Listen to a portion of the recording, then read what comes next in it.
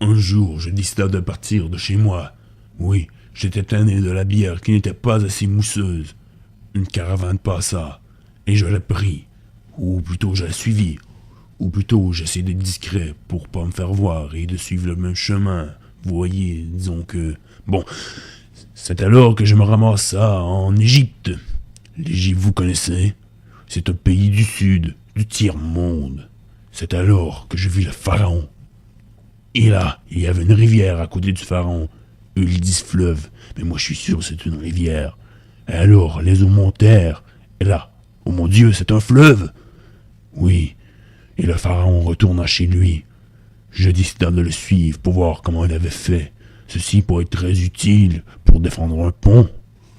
Oh, j'étais dans la maison du pharaon, une sorte de grosse dalle de pierre, avec une autre dalle de bière plus petite dessus, et ainsi de suite. C'est alors que je vis la pharaoune. Qu'elle était belle, avec ses bandelettes de soie et sa peau. Non, c'est une momie. Mon Dieu, je suis dans un tombeau, et il se referme sur moi. Oh, je courus vers la sortie. Elle se boucha. Mon Dieu, j'étais coincé dans un tombeau. Je décida donc de m'entourer de bandelettes et de me faire le même traitement qu'une momie.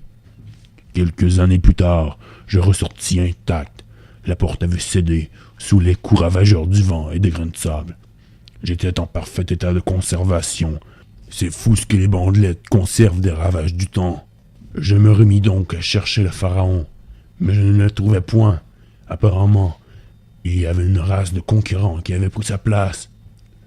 Ils appelaient ça les Romains. Romains. Oui, je me souviens de toi. Toi, un empire sale et immonde qui a détruit mon village et qui s'est arrangé pour que j'ai une testicule de moins. Oui, je t'en voudrais à vie. C'est alors que je décida de le détruire sur le champ. Je créa donc une petite guérilla avec des personnes que j'ai ramassées ici là. Ils mendiaient de l'argent en disant: je suis aveugle, donnez-moi un denier, ou une piécette de ce que vous voulez, de la nourriture, du sexe, tout ce que vous voulez, je suis aveugle. Je n'avais point d'argent à leur donner, ni de sexe car j'avais perdu une testicule.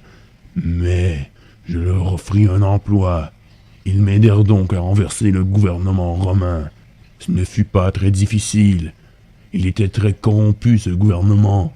Il m'a fallu quelques pots de vin ci et là, quelques coups d'épée ci et là, et quelques baises ci et là. Et je pris le pouvoir. Me voici donc avec un empire, prêt à détruire tous ceux qui voudraient venir détruire mon village, ainsi que mon empire, au cas où.